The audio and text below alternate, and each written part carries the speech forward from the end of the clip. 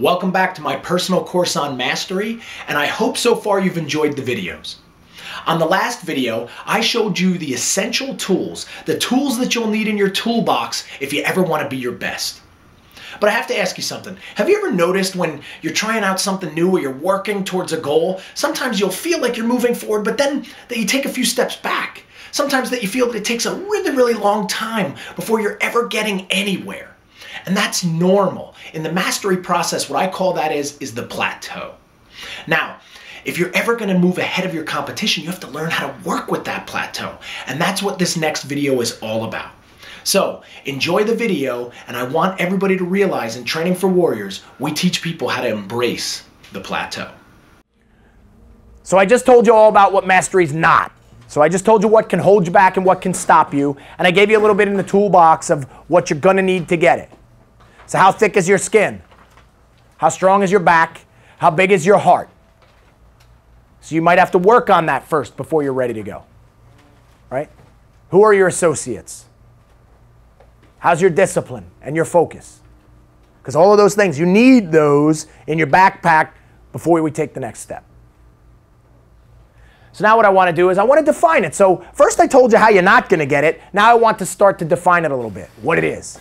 So you start to get your hands around it. Like I said, this concept, it's like Zen again. Like it's hard to get, like it's hard to feel, but I'm trying to crystallize it for you.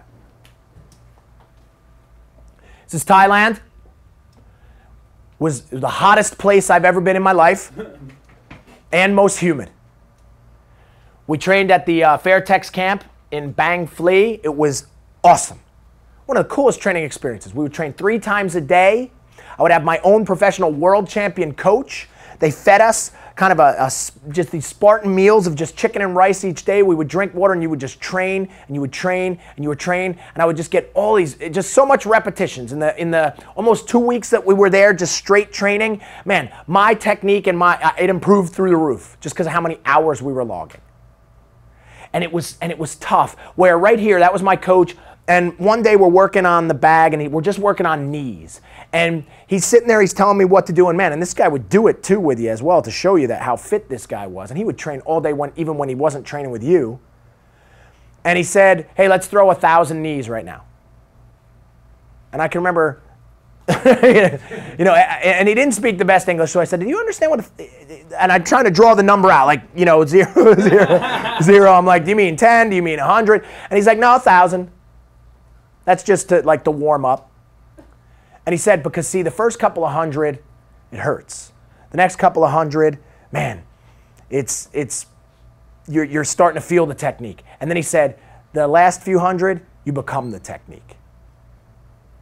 And I remember he said that, and it was really neat. Again, that concept of mastery, you know, we talked about it this week. And when you're doing something great and you're really in flow and you got it, you don't feel it anymore. You are it.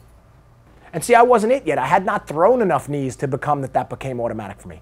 But we did it day after day, day after day, day after day. And I remember we were driving back from Bangkok after a life and death karaoke experience.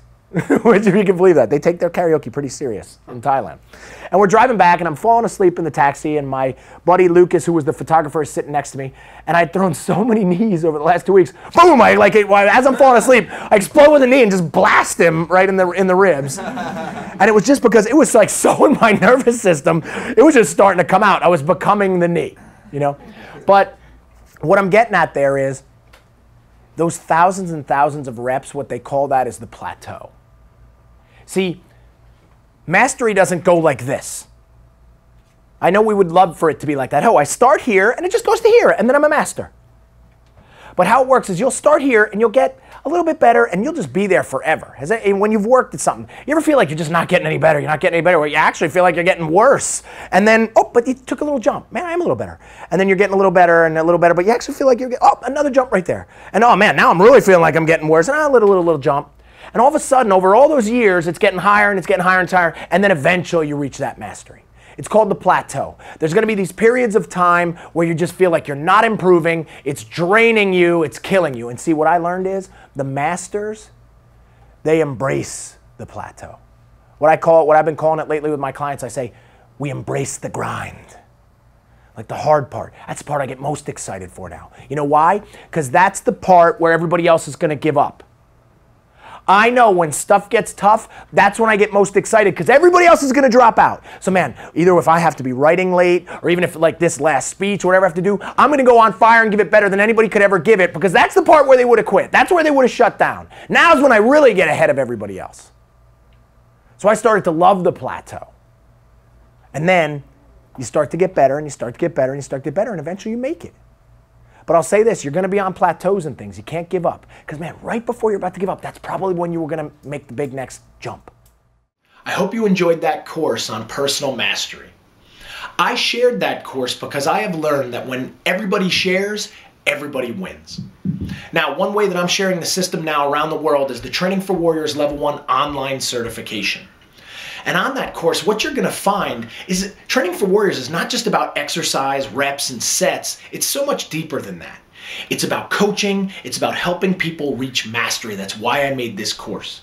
So if you're interested in those things or this course resonated with you, you need to be involved with the Training for Warriors online certification.